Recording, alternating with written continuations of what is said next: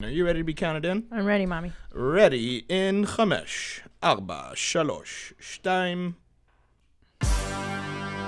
Yeah. Hey, yeah. Where my mom's at? Where my mom's wearing thongs, hitting bongs at? Raising kids, cleaning shits, need a long nap. Where my mom's at? Where My Mom's At podcast with Christina P. You like that jam? I do. Meow, meow, meow, meow, meow, meow, meow, meow. It's your turn. You meow. Yeah. Meow. Meow. Meow. Yeah. Yeah. If you recognize that meow, it's my marital genes. Hi, Gene. My main mommy. Mm-hmm. Tom is clapping for you. You know, people have been requesting you so much, and I'm like, yeah, why haven't we had Tom Segura on? Thank you. Star of Ball Hog, your 4th special on Netflix. That's right. And not only that, we're a merchandise master. I am I'm pretty good at it. Yeah, and you have other podcasts with special needs adult Bert Yes. Kreischer. I do volunteer at a center for assisted living people, and I take one here every week, and we do a podcast together. Makes them feel involved in the community, and I'm happy to do that. Yeah. And then I do another one called Your Mom's House with my slam piece, and I also do. Hey. I also do. How dare you? Yeah. Well, I wanted to have you on this show, not only because A, you're the most requested guest, but B, you and I don't talk about mommy daddy stuff, really. Yeah. You know, in a public way. And I've also. Well, in Your Mom's House, it feels strange. It's not right. Yeah. It's annoying. I can hear people being like, why do you fucking talk about their kids again? Show me someone taking a shit, man. Stop talking about this. Yeah. Take me outside. How about that? Yeah, that's right. Yeah. So let's talk about the most important topic is that I have been putting you in a sexual love spell lately. It's true. Have you noticed that I've been manipulating you with food and sex lately? You know, I didn't really. Those are horny. I didn't really think of it as manipulation until you said it. Right. Like I just thought of it as love. Oh. Am I wrong? Yeah. Well, here's the deal, man. Is that Because that's kind of what people sign up for. marriage, you mean? Well, yeah, they don't go like, hey, my partner cooked something for me. What's she trying to get out of me? They just go like, oh, this person loves me.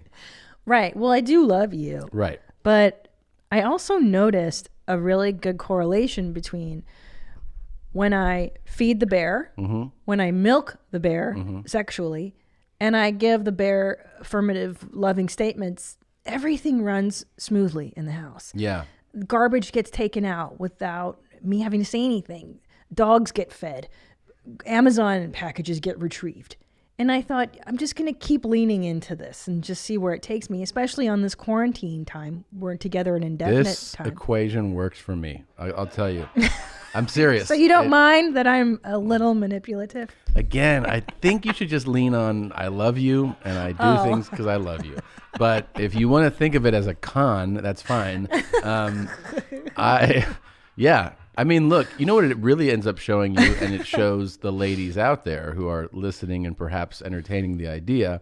It's that ultimately you're the puppet master of the home. Thank you. And everyone else can be too, because I think a lot of people think of if I go ahead and I do the thing, they feel like, oh, I'm putting myself out. You know, I'm the one sacrificing doing the thing. That's right. But it's all about perspective, because if your perspective is by doing this thing, I'm getting a happier person who in turn makes everything flow better, then really you're controlling it. You're doing it for a reason, you know?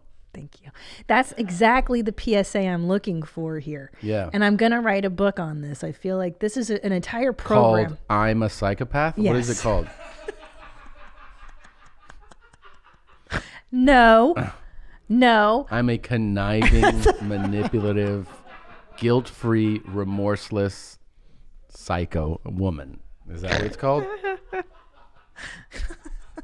No, but I like that angle. That's not a good angle. Interesting. Why would you like that angle? It's marketing, Tom. It's good marketing. But you're right, because I think a lot of people, and myself included in the past, would go like, I don't want to cook and dinner for my husband. And doesn't that make me feel like a 1950s wife? Like I don't want to. Listen, and in a time where I'm regularly working and stuff, I don't always have time or energy to do this crap. Yeah. So now that there's nothing to do, I'm like, okay, I'll just do this for you. Well, I'll say we have had a very happy household during this. I know. Do we have to go back to the 1950s? Is this the lesson? Should I just quit my career and focus on making you happy? Is that what you're saying? I don't want to do that. That's terrible. But you can see why it kind of worked. Why don't you take a step back and why don't you take a step back for a second? Think about it for a second. Don't dismiss it as a. Think about it. Think about how happy you are right now. I'm not happy, really. The thing is, too, is that you put your own personal. You put everything else aside to be like that submissive, docile. Is that so bad? For me, yes. Why? A lot of good things are happening. Like what? You have this great happy household. I do have a great happy household. Yeah. May I just point out what I did for you? I even said them. Not only did I reorganize your closet. Yes. I organized my closet, your closet. I organized the kids' toys. I bought a sexy wig. You hung up all those swastikas. You did like all kinds. Oh my God. Stop it. You ironed your clan robes. Can you imagine? Yeah, someone probably has done that for sure. For their husband. Yeah, they're just like all your sheets are hanging now. The guy's like, fucking finally. Like a regular mom. I'm a cool mom. A cool mom. Yeah, cool moms do that. So, but let's talk about this for a sidebar. This is just what I find really interesting. Which is? That your parents have been married for 40 years. 44? Oh my gosh. Yeah. So you did grow up with more of a traditional template. 100%, yes. Absolutely. Totally traditional template. My dad absolutely was offended at the idea that his wife would have a job. Really? Yeah. That's very old school. Because one time somebody was like, my mom said, I have nothing to do or whatever. And they were like, why don't you get a job? And my dad was like, it's like, my wife doesn't have a job. Jesus. Like really bothered by right. it. And I know if you say that today, people would take offense to that and think of it in a way like a woman shouldn't work. It's not that. It was that your father took pride in the fact that, well, the thing is like his mother didn't have a job. So, people kind of emulate, right, what they experience. So, that was the norm that he experienced, and he thought that was a point of personal pride that like my wife doesn't have to have to. And he really, what I love about your family and their dynamic, and what I think I've been emulating too, because I didn't have it growing up. I had my mother and my stepdad, believe it or not. My mother was a borderline. My stepfather was psychotic. The two of them together had a great friendship and actually got along really well. Yeah. And I took from that. So that's why I like to joke with you. I think that that's really important to have fun with your spouse. But what I took from you and your family is the care that your parents have for one another. Yeah. Your mother puts a plate of food down in front of your father, and that is love. It is. And like I remember like he does things like put gas in her car. And that's what I'm saying. So the reciprocal is I do that for you. And you do it for me now. Yeah. And I love that he takes care of the exterior of the house and she takes care of the interior. That's basically it. Yeah. And for the most part, I'd say we kind of have that model. The woman is like the nurturer, the center, the emotional center of the home. Yep. And dad is, takes care of the trash. I don't know. What is it that you guys do? Dad's trash maintenance, the spiders, finances. Finances. Chicks can't add, so dads do the finances, and then things of that nature. Couldn't you say too? So I've actually never spoken to you about your experience of fatherhood, really, on a philosophical whatever level. But I can tell you what I've observed is that the minute Ellis came out of me, our first child, even right before, I saw like your hustle game was always here. And then the minute that kid spit out of me, it was like you had this whole new fire to provide. Yeah. It's primal, no? Like what happened? I think it's primal. Yeah. I think it's primal, and if it doesn't happen, it's a red flag. I think you're right. I'm serious. I think you're right. If a guy has a kid and he's just like, see what happens, I'm going to chill today. Like, you got a problem on your hand. Yeah. You got a fucking loser on your hands. Well, you really do. You Yeah. do. I mean, there's people like, like however you want to look at it. I look at it as like, this is, you have kids, it becomes a real responsibility on a lot of levels, not just financially, but finances are a big part of it. And, you have to have the drive to like, I'm going to work. I'm going to work harder. I have to support these people, So that's, I mean, I think it's instinctive in a lot of people. I don't really think you have to coach it. Some people need a little push, but it's true. Well, because I noticed it with Ellis, and then the second baby came, and it's funny because you and I pretty much both went through the same emotional behaviors as with the first child, just like not at a 10, maybe at like an 8 or a 7. Like I went into depression and more of like, oh God, I got to take care of that. Yeah. And then you went into like, I got to make my millions. I got to, oh my God, Yeah. And I don't know. I just thought it was interesting. And I can't imagine that level of panic, though, of like, I have to provide for. Yeah, no, it's real. I mean, it's real. It really is. Well, tell me about it, because I feel like that's an unspoken thing in dad culture. Like what's. Well, you just know. I mean, it's a feeling inside of you. You just realize that, there's a point in your life when you're single and you have those kind of numbers run through your head. I got to pay my rent. I got to pay, kind of minimal stuff. Then you expand a little bit. But like when you have a new life as a responsibility, I think it really, it goes into overdrive. You just realize I'm going to have to take care of this person in every way, but I have to cover, the fact that they're going to need clothes and diapers and school and housing, and that it's not like for a month. It's, 20 years. So you just think in terms of, I have to make things happen. You have to. Yeah, and you lean into what you're good at that makes money. So it doesn't matter your field, right? Like if you're a salesman, you're just like, I know how to sell. I'm just going to sell harder. I'm going to be more, if you do an hourly thing, you're like, I'm going to put in more hours. I'm going to go to there. I'm going to get overtime. It's just how it happens. So for me, it was just like, I know what I do, and I just called my agent and I was like, get me fucking all the work, all of it. And then you did. You really did. I was like, I need it. You need it. You need to feel secure that you can take care of your family. Yeah. Yeah. And I think look, the women's movement has kind of has put dad stuff in the shadows, but I think that there is a harsh burden on men to perform financially. That's a big deal. Yeah. That's a big stress. And like, I think the thing I would tell, like, this isn't like for you, I'm saying in a grand picture is like, if you have that relationship where you, like, let's say the man is the breadwinner, like in, most relationships, let's say, like, and recognizing that, appreciating it, supporting it, knowing that that burden is there, and, seeing it in your partner is a good thing, right? Yeah. Like for let's say for the most part, a woman being like, oh my God, thank you. I see how hard you're working. People need to hear that. People need to hear that. That's true. Because hold on, let me write this down before I fucking forget my thoughts.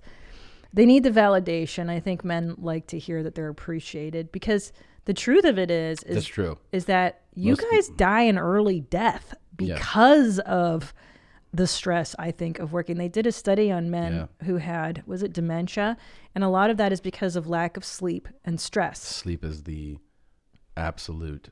I mean, we talk about it in like, I think flippant terms, and then we talk about it like we have an advertiser who emphasizes it, right? So you talk about it for like a moment, and people think it's like tied to your advertising, right? So like the Whoop thing, and they're like, oh, you sleep. And, dude, that is, I would say at this point, it's one of the things that I understand and appreciate more than ever, in a real way, not just in like, oh God, I feel good when I sleep. Dude, not sleeping will kill you, and getting the sleep you need will help you lead a more fulfilling, happy life. You have to prioritize sleep. 100%. I think a lot of people don't realize it either ever or for years and years and years. It changes your life.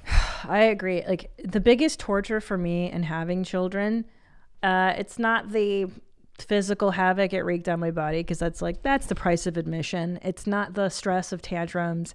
It's not the cleaning.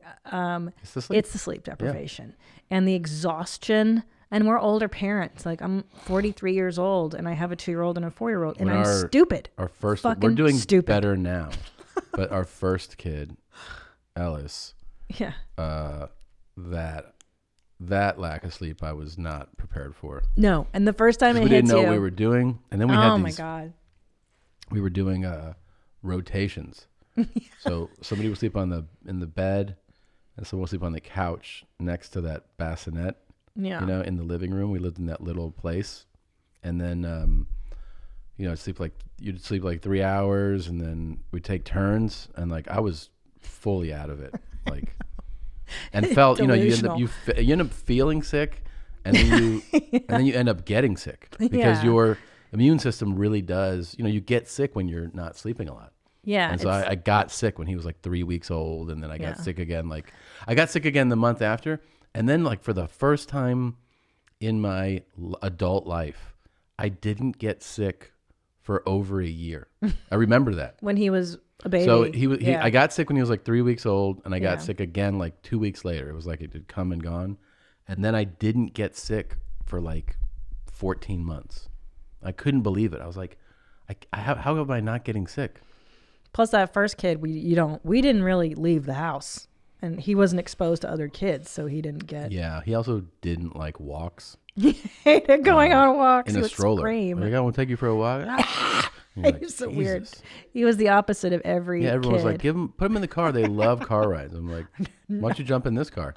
See what he likes it. He would scream the whole time. The second child is more of a traditional baby. And now our old, who's 4, by the way, is a nudist. He's like, I like being naked. I'm like, all right, dude. So special. Yeah. What's going on with that kid? He's just like walking around. I'm like, why aren't you wearing any clothes? He's like, because I like being naked. I'm like, okay. But let me talk about the work stuff. So I think part of, let's talk about this. Because the women's movement has changed how people raise their kids, and like, dude, it is depressing to stay home all day. We've experienced that with this quarantine life, how hard it is to be a stay-at-home parent and not have help, or it's crazy. But I know, like, when you're out on the road, like, I would get resentful. I know. I'd be like, fucking, I understand it more. I didn't get it at first. I was like, dumb fucking broad. That was my thought. Right? Ungrateful, idiot, fuck. Bitch face. You stupid bitch. With your ungrateful ass. This moron at home I have with my kids.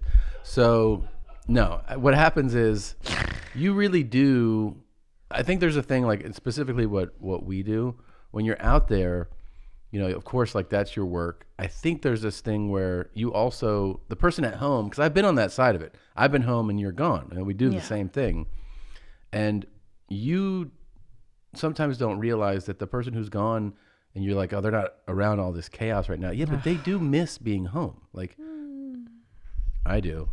I miss it when it's... I don't. Really? Because I don't go out for as long as you do. Yeah. I go out for like 72 hours. That's a trade-off kind of equation. They're different equations. You and I tour differently. So you really go out and you'll do like multiple, like 5 or 6 cities on a bus every day, different. Like, it sucks. Your life does suck. It does kind of suck. People. That's what I'm saying. Like, so what happens is I would get resentful that you're resenting me as like I'm on like a party trip, a vacation. Or something. With like, your dudes. Yeah, this isn't a fucking vacation.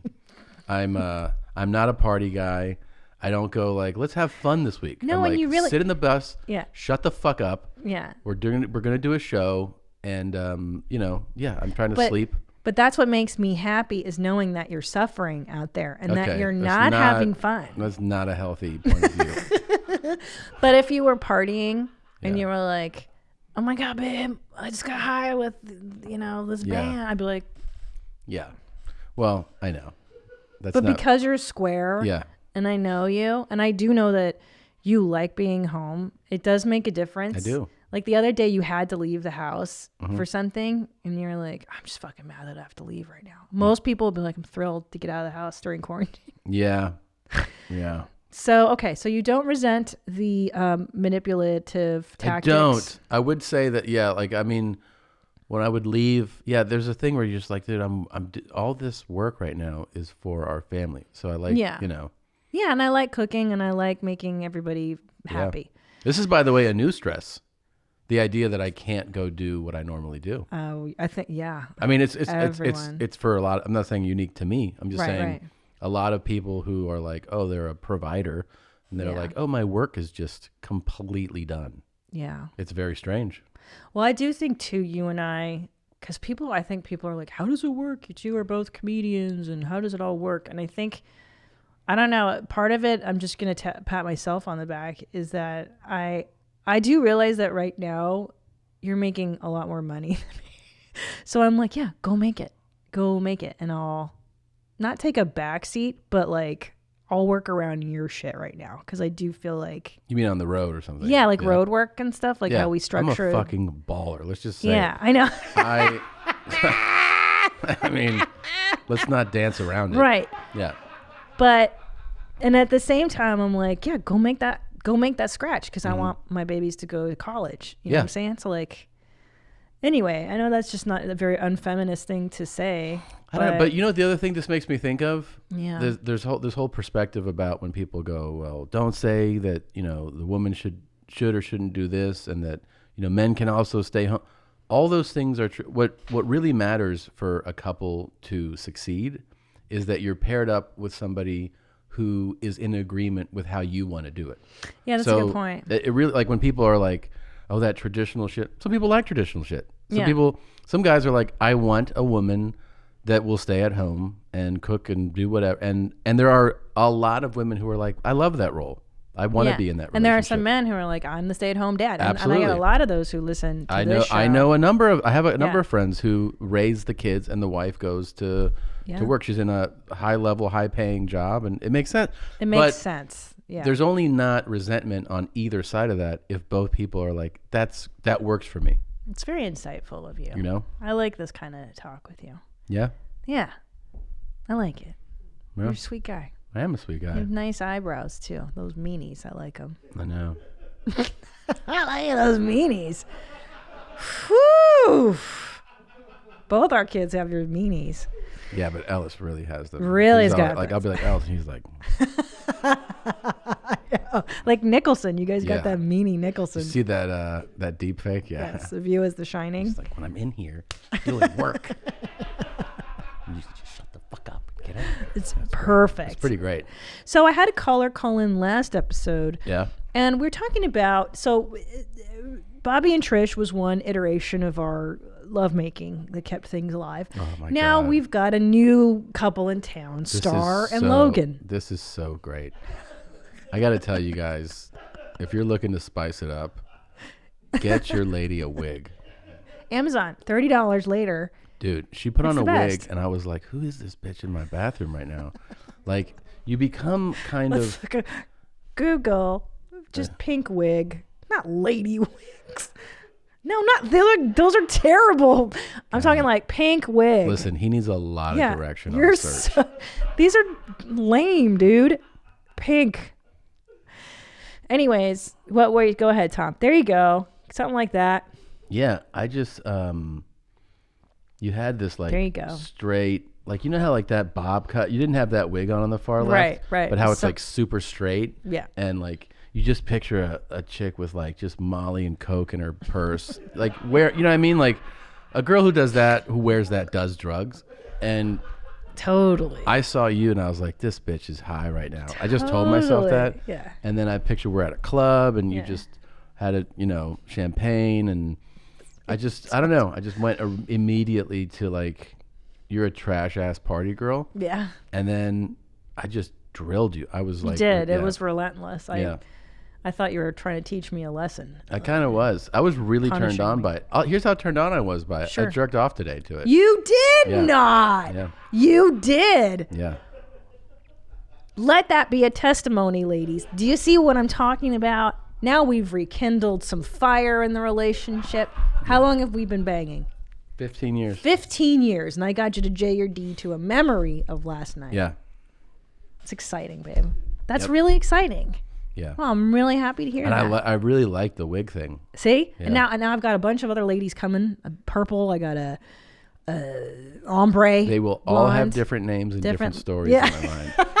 Oh, I didn't even think Can you about get that. a Yeah. really messy one so you can I've always wanted to bang a runaway, you know? So like get like a real dirty messy Could you one. Google ratchet wig or trailer trash wig? There There you go. The far left. That's her. There she is. Yep, that's her. Mm-hmm. And then you just like fuck up your makeup real Yeah, bad. yeah. And I'll be like, you trying to go home? You trying to get a bus ticket home? There's an exchange. It's not free. Nothing's fucking free in this life, stupid runaway. Anyways, ladies, $13.42 can get you that like kind of it. a reaction from your husband. I like it a lot. So we had a caller call in on Mm-hmm. the last week's episode, and so she took my advice and she for the first time ever, she put her finger in her man's beehole. Nice. Now her concern was that, does this mean every time I have to raise the bar? No. That's what Nadav said. No. Why? You don't have to raise the bar every time, but it's about having different things in the repertoire. You know, you want to be able to reach for different tools. Right. So, you know, a guy who's with you in a regular regular relationship, like They're not poly and bi. right. So, yeah, it's about having different things to showcase. I mean, you don't want to be in a relationship where it's like raise the stakes every encounter. But it is about like, hey, you know, maybe every third or fourth time you try this. Third or fourth time. So you're saying, well, Nadav and I were wondering, how much goodwill can she ride? Like, how many times can she ride the finger in the bee? Like, Well- how many times before she has to refresh Yeah. and introduce, up it? Well, here's the thing. The finger in the bee was probably during a beach, right? Like it's not during, you know, I'm not sure. it's probably during a beach. And, you know, raise the stakes on that. So like if they're just like a beach couple, you know, you Right. might have to at least toy with it pretty regularly. The beehole. Yeah, because I mean, it's gonna enhance everything. So Right. like, you know, but I'm saying like, you know, they might, let's say, have just regular intercourse. You don't have to do it then, and then maybe the next time, you know, I don't know, you spit in his face or something, and that gets him excited. You know what I mean? Like you just change it up. You vary it up. Yeah, you vary it up. Staple his nuts to his legs, or I don't know about that. paper clips on his nipples. There you go. or Something like pinch him real hard. Yeah, you just have it in your. But what you don't want to do is do something. Let's say finger in his bee hole. It makes him go. He's like, what the fuck? Like he loves it, and then you're like, we'll see about Christmas. Maybe I'll do it again. That sucks. That's not fair. That's not cool But should she buy anal beads? Next level. for him. Yeah, I don't know. I mean, that's too crazy. I guess you could bring it up. Maybe like a small, like a tiny, you know, rocket, Right, like something. some little toy. Right, so that's how she could level up. Level up a little bit is with what I'm that. saying. Yeah. Okay. Cock whoa, rings. What's that? Oh, gross. I looked up prosthetic pinkies thinking that it would show me what I wanted, but it See, didn't. you got to give them a lot of guidance. No shit. Yeah. God, Nadav is special needs. Yeah. So How do you feel about the finger in the bee hole? I'm Not even the finger? a fan of bee play. I mean, you know that. How about toying with the outside? Just You're toy toying with my outside, or no, me toying you're with toying yours? toying with mine. I can toy with the outside. We can know what I mean? negotiate. Yeah, I know what that looks like. I'm just afraid. Don't look at me and smile and make eye contact. You remember in Get Out when she's like just stirring that cup, you know? Yeah. Just cling cling. Yeah, just fucking stir the outside. I'm afraid of it though. I'm always afraid of your bee. You're afraid of a massive orgasm No. in your face? Yeah. I am. Just because I hear what comes out of there a lot. Where? The whistles, the sounds, and then Please. the browns. I wish I could have a documentary crew follow your sounds for a fucking week. Yeah, but I don't make browns like you do. You're always like, oh, diarrhea again. Like you're always diarrhea. I'm not always and diarrheaing. farting. I did today, but I don't always. See? do it. That's what I'm saying. I don't diarrhea that often. Okay. Let's move along. Now, I have this theory that the key to marital happiness is, like I said, I keep the bear satisfied with food, with sexual touches, and with positive affirmations. Would you say that's accurate? Would I say it's accurate? Yeah. Is there something I'm missing? Food, positive touches, or positive affirmations, and physical touches. No, that's very accurate. Am I missing anything No, for listeners? No one? I don't think so. Okay. I'll tell you go another thing ahead. I think is important. I think both people need, in a relationship like that, need to not, you can't, even when you feel like it's a regular thing that happens, you have to still appreciate it, you know? Yeah, that's true. Because if you were to not appreciate any of my things, I would be like, Of course. Yeah, but I do.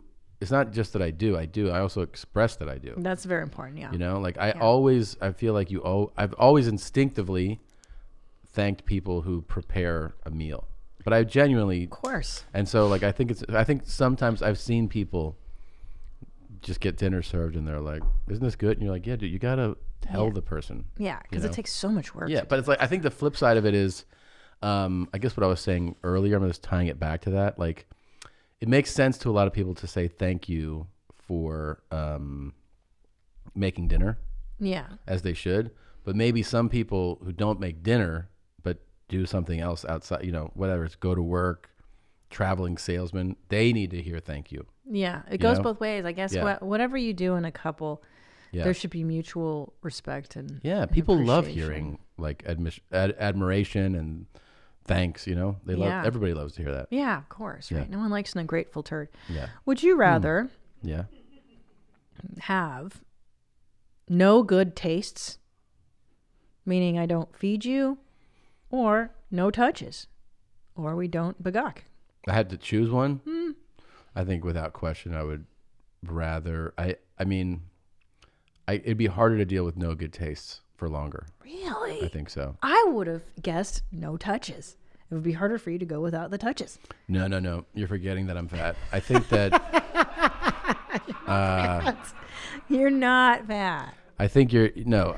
I think there's this thing where you can kind of.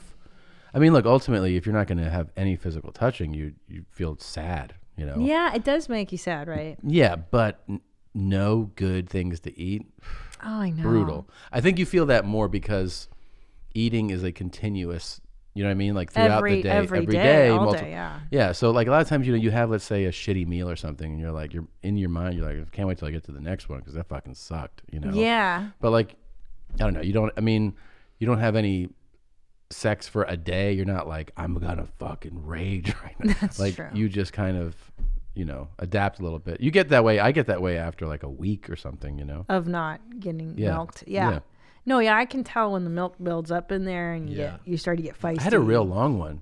Remember like a week or two ago? Well, I think you were sick. We were both sick. Yeah. But then I did the calculation. I was like, I haven't bagoked in like 10, 12 days or something. Right, And I was real short. I was real aggressive.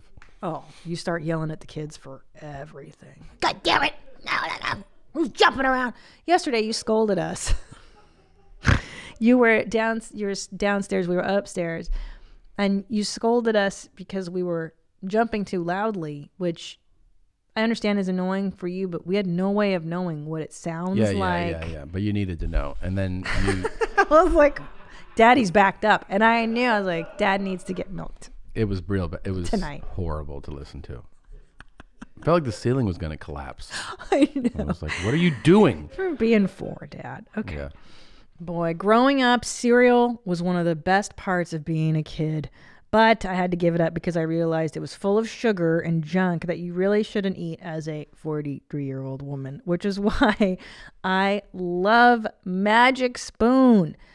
There's 0 sugar, 12 grams of protein, and only 3 net grams of carbs in each serving. And there are 4 flavors. You got your cocoa, fruity, frosted, and blueberry. It tastes amazing. Seriously, it is too good to be true. It's keto friendly, gluten free, grain free, soy free, low carb, and GMO free, but not flavor free. It really tastes like you're cheating and you're doing a bad girl thing, but you're not being a bad girl. You're on the diet. You're doing it right. Go to magicspoon.com/WMMA to grab a variety pack and try it today. And be sure to use my promo code WMMA at checkout to get free shipping.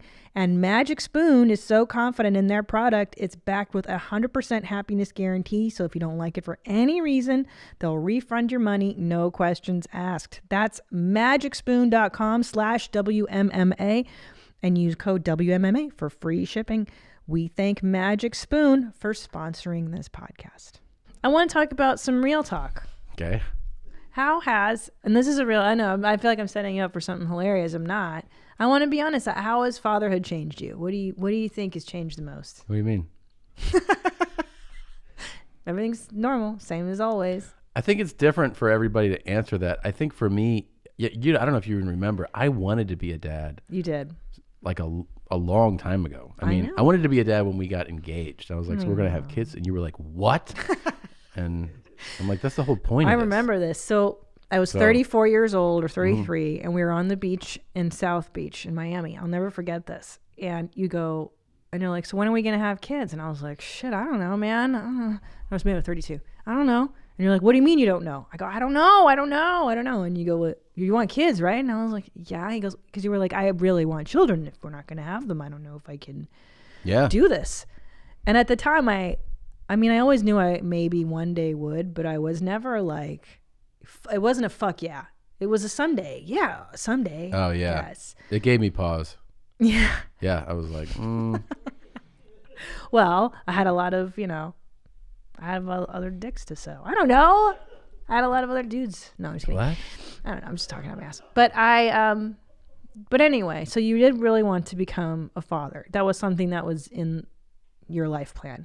Yeah, 100%. I always thought, I thought I would have kids immediately in high school. I was like, oh. What? No, not while I was in it. I'm saying like in high school, I was like, I'm sure like I'll go to college, I'll figure something out, I'll meet someone and I'll have kids. Yeah.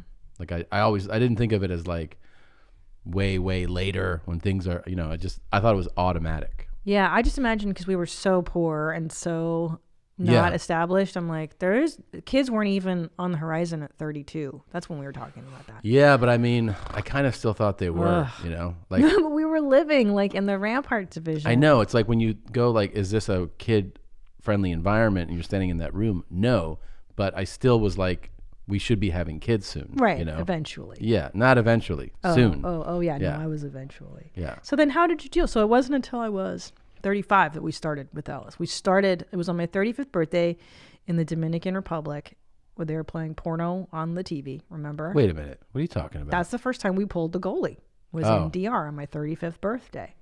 But we didn't have him until you were... Well, then it was harder for me to get pregnant. Right. And then we didn't have him until I was 38. Got you. Yeah. So no, I was super excited when we decided to actually go forward. I was thrilled. It was what I wanted. I've always wanted to do it. I love having kids. Yeah. So I love being a dad. It's so fun. It's all of it is fun. Even the stuff that makes me crazy, like the chaos. I actually, in the big grand scheme of things, I like it. Yeah. I like when they do things they shouldn't do. It makes me laugh, Even when I get upset, I laugh about it, Like I laugh about it later. I know, and we're in such chaos right now. Like it literally is. One kid is playing in the sink and dumping water on the floor. The other kid has just kicked the dog and they're supposed to be seated and is naked and is peeing on the bedroom floor. I'm like, what are you doing? And then he's trying to run in the pee and then yeah. It's just. But like I love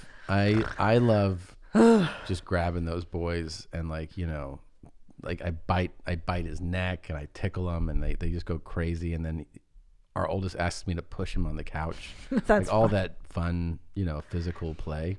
It's so fun. I like that stuff too. The playing with them is super fun. And they're sweet kids, Yeah, they're good boys. They're tender kids. They're gentle. I guess I could say one's gentle. But they're sweet kids. It's to me it almost feels like, it's weird to say it, but it doesn't feel like a departure from anything before, only because I always felt like I would definitely be doing it. Does that make sense? Like, yeah. I'm not like, man, I'm like thrown into this fatherhood thing, and Yeah, I know what you mean. like I was always going to be a dad, and then I became a dad. Of course, right. Of course, I'm it was a your dad. prophecy, your Yeah. fulfillment. So it doesn't feel like a big change to what I was expecting for some reason. Like I just feel like we're going through what, of course, it's like. Yeah, I agree. I feel like I was always meant to be a mother. I was always meant to be married. I was never good at being single or being like alone, and I really enjoy having a family. Yeah, it's great. I enjoy.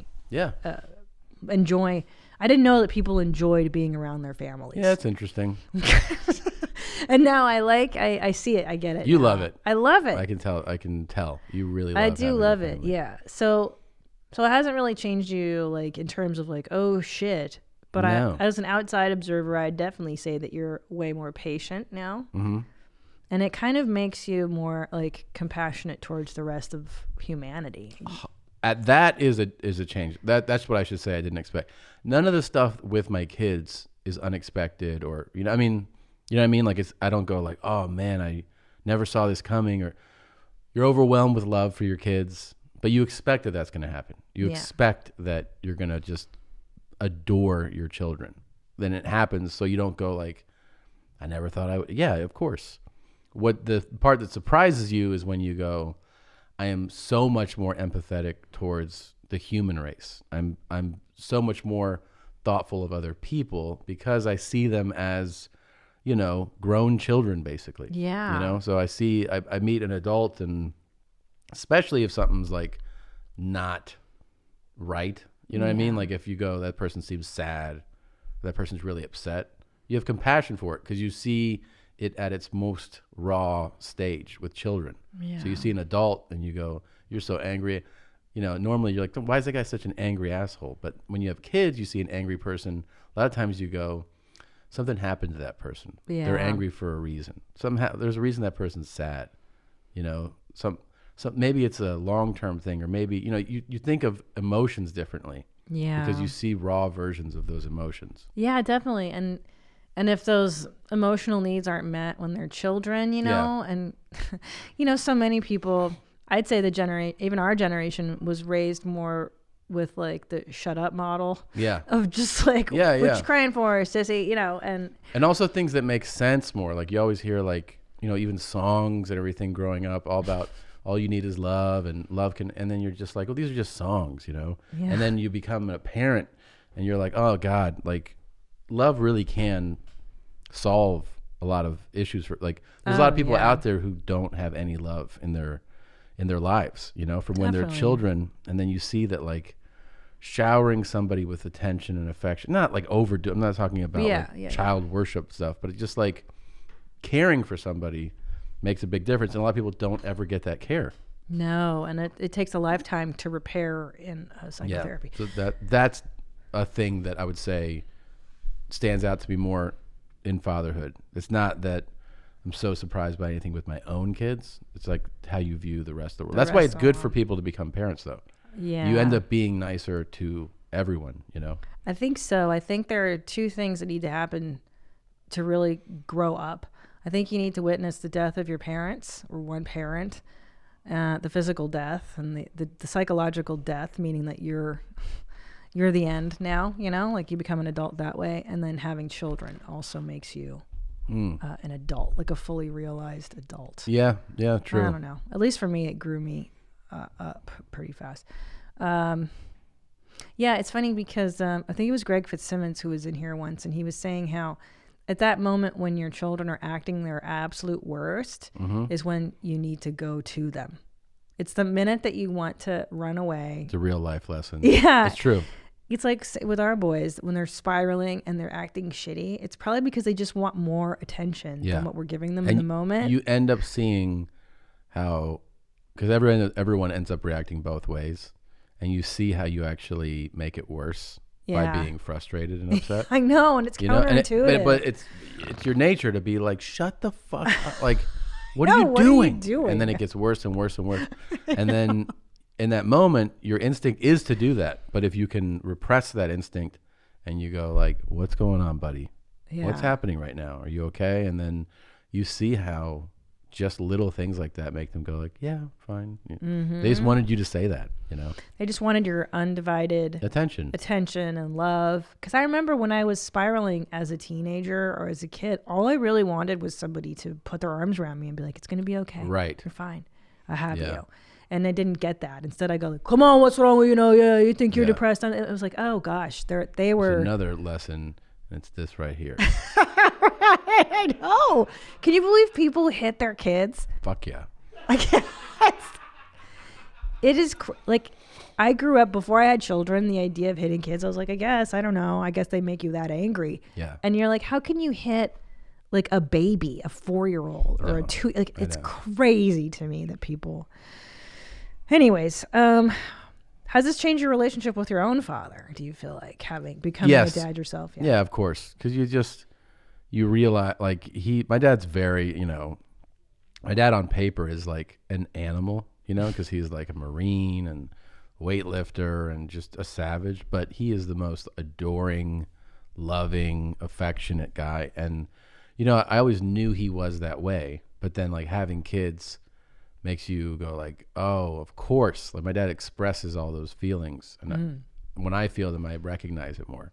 You know what I mean? Like, what he was doing to you. Yeah, like, of course. Oh, I get that. Yeah, like I get why he's so expressive with his love, Yeah. Because like you feel it and you're like, and then I also have had like moments of feeling extreme guilt over just certain things in my life where I'm like, oh man, I put my parents through some shit with that and with that, What do you feel guilty about?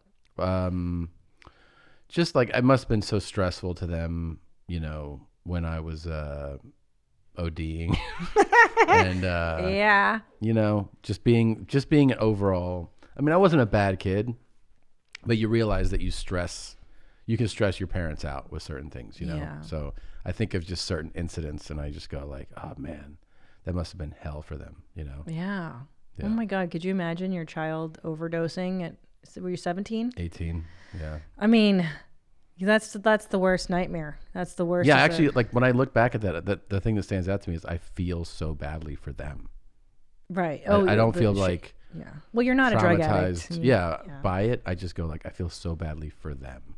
Yeah. That they had to be like dealing with that. And they're like, oh my God, is our baby a drug addict? All of it. And you go like, oh yeah, I get why you were, traumatized. You should be traumatized by it. That is my worst fear because, like, I'm watching that show Euphoria. Having a gay kid. I wish I had a gay kid. I can't wait. But how she's a drug addict. The main character, what's her name? Zendaya. Yeah. And that's like my worst fear is to have a baby that's just. And she was born that way. Like her wires are crossed. She was bipolar. And Yeah. Nothing you can do. Like you can. That's what you have a lot of empathy for that too. Yeah. I think when you become a parent and you start seeing your kid, grow up and you see like an adult who has whatever problem and you go like, man, that person's parents. And you go, there's nothing they can do. Like, let's say that person is mentally ill, violent, drug addict, whatever. And you're like, man, no matter what those people do now, they're just, the wires are crossed. You just hope for the best. And Yeah. that's that, man. Fuck. Nightmare. It's like it makes me feel bad for anyone with like a daughter, And you go, God, she's just going to get drilled. I think that too, actually, a lot. You do? Yeah. Like, I was joking. Oh, I'm not. But I'm so grateful that we have sons. Yeah. In a way, because they can't get pregnant, but they can get someone else pregnant. They can. You got to teach them is- like, don't rape, don't fucking. Don't rape. You have to teach that to boys. They should know, right? For modeling. It helps to hear it. Don't rape. Look. Did your dad have to? No, of course not. Buddy, you want to sit you down real quick? Now, if a woman's passed out, it's a real bad idea to, no, all that, like, I feel like how to treat women, like for boys, it's first of all instinctive, and you just see model behavior, right? Right. You just, I don't know. No, nobody has to be like, when they're passed out, no. Also, she says no. You got to get a real clear no. Make sure it's real audible. No. Nobody teaches you that. You should just know that. You think you're just watching how your father treated your mother was Of course. enough. And how are you Yeah. going to talk to our sons when they start J'ing their D's? I mean, J and their D is one thing. I am going to tell them I'm seriously going to sit them down and be like, if you get a woman pregnant in high school or college, I just want you to know that's called a YP. And it'll be your problem, and you're gonna be fucked up over it. Yeah. So if you go do something stupid, just know that's on you. Yeah. No, Dad's not gonna come save the day. I'm not buying you a condo to fucking live in, and while you. Well, we're figure going it to out. buy them. We're going to give him abortion money. If he's like, I need $200 or how much is it? You better believe it. No, I know. If one of those boys came to us, be like, hey, Ma, I don't have And much if he's for like, an she doesn't abortion. want to do it, I'll be like, I'll pay someone to throw her down the stairs. So. You know what, though? I wish they made birth control for boys. I feel like that's, I do too. Isn't that around the corner? That for is God's the sakes? only one that I think of. I mean, look, I think back in high school and like, I guess it wasn't like a big issue, like where it wasn't like something you had to like keep telling people, stop getting girls pregnant. But I think you do need a bit of a scare to realize like, don't go down that path. You know? Because aren't guys just so horny and keyed up? That They are, but you got to remember that like most guys in that age range are just J and their D. Most are, It's not like everyone has like great game Access to they're- women? They're not all getting. There are some, but like not all.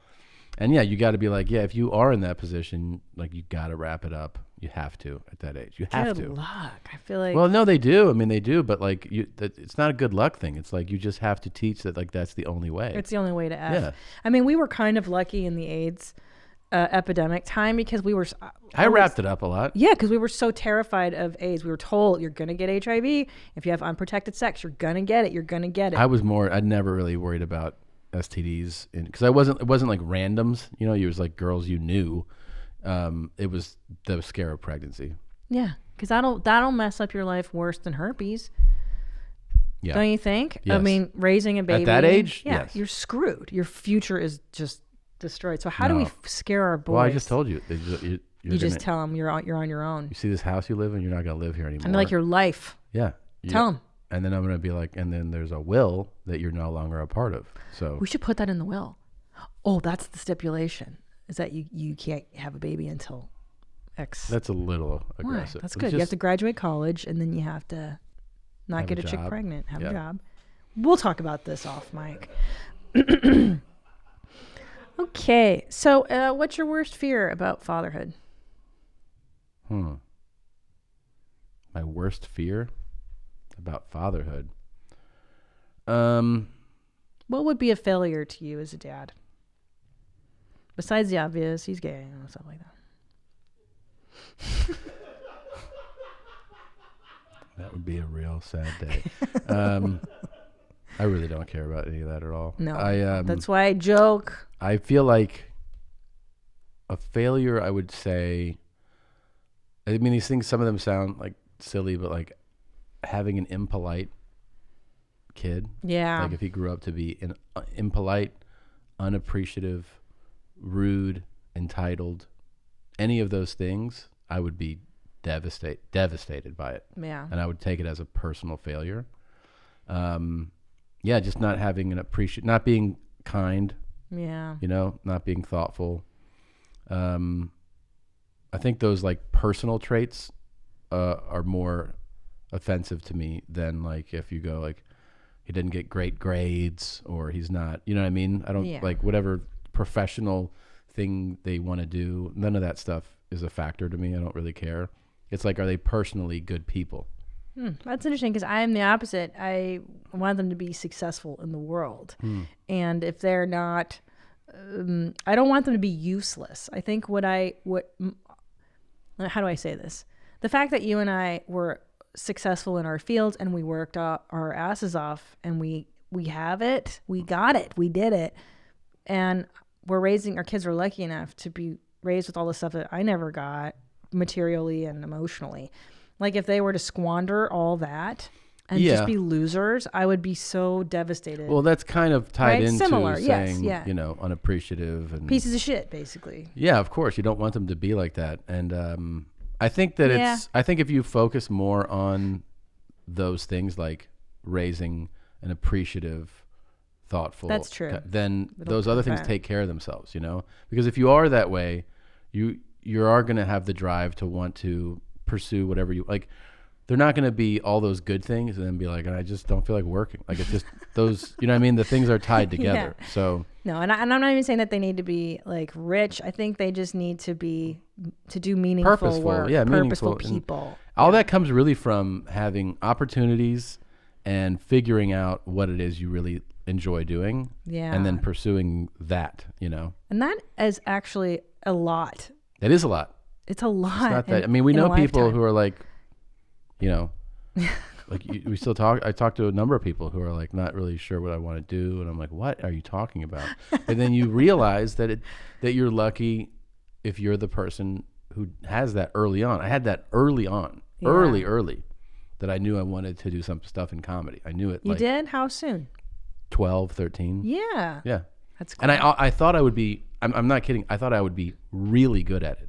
As a stand-up or as an actor? Just comedic actor? Comedic, but I mean, it's like performing comedy. I was like, I really thought you don't understand. Like if you talk to, I'd be like, but like, I'm not like you. It's like, Yeah. I really thought of it that way. Yeah. And it's crazy because it's true. Yeah. I'm so much better at it than most people. Yeah. And I knew that Definitely. as a fucking fifth grader. That's so interesting.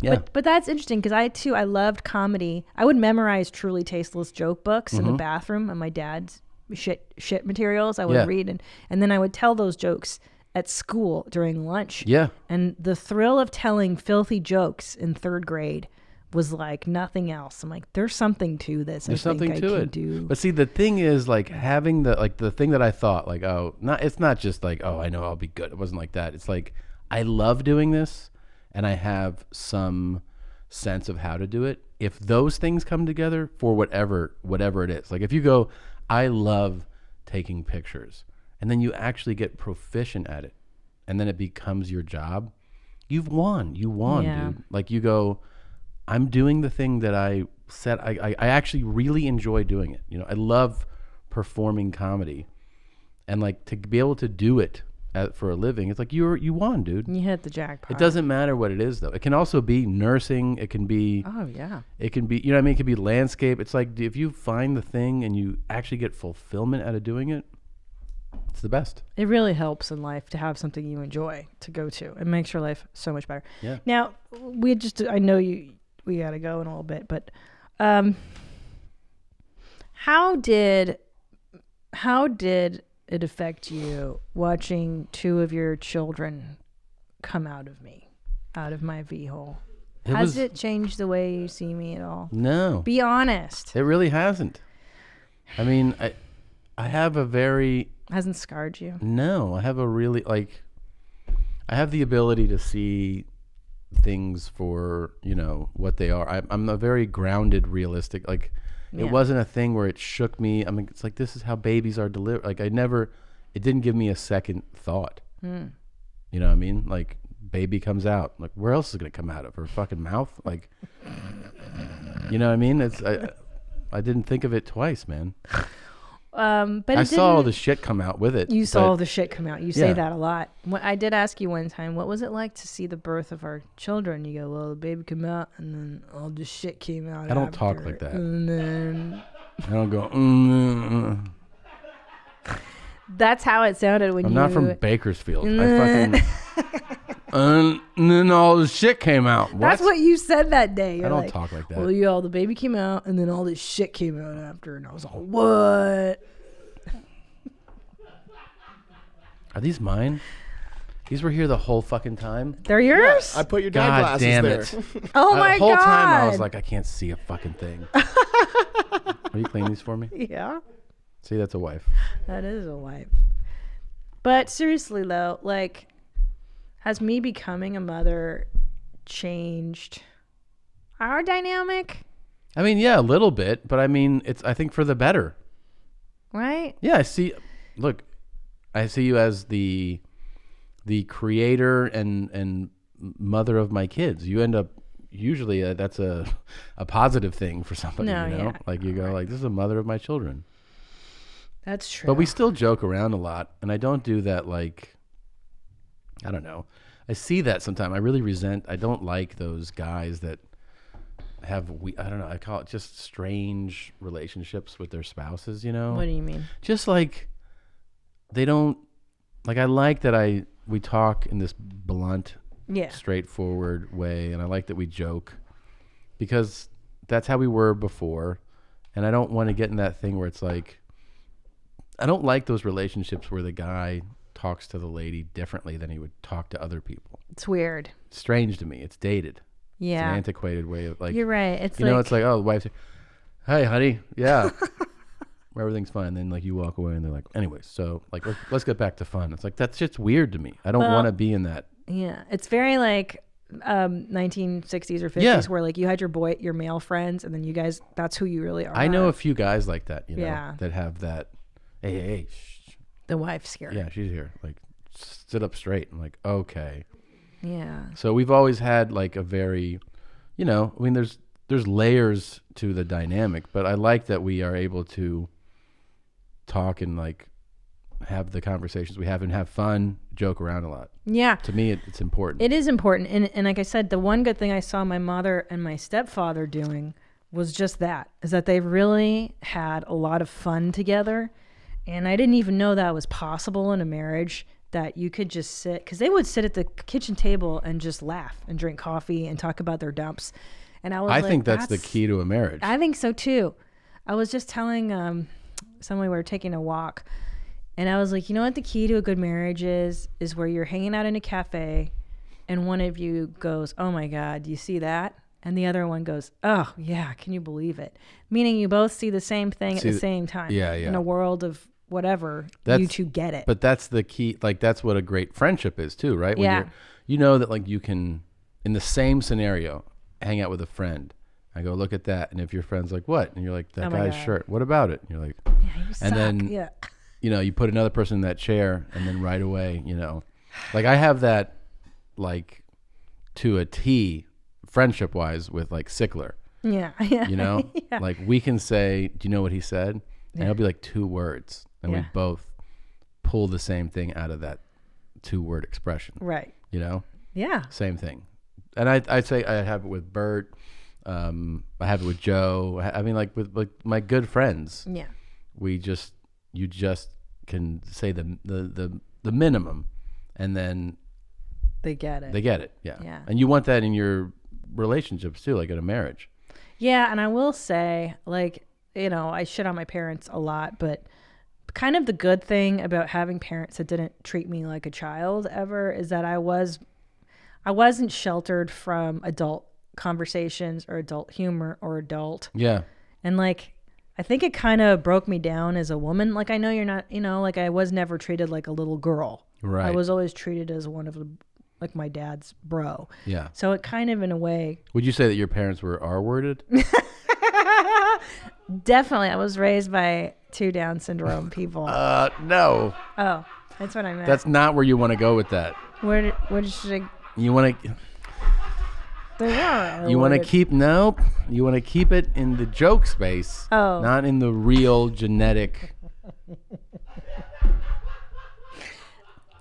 Sorry, they were R-worded too. Yeah. But I mean, in a way, I tell you, I say this because I think a lot of women get socialized to be.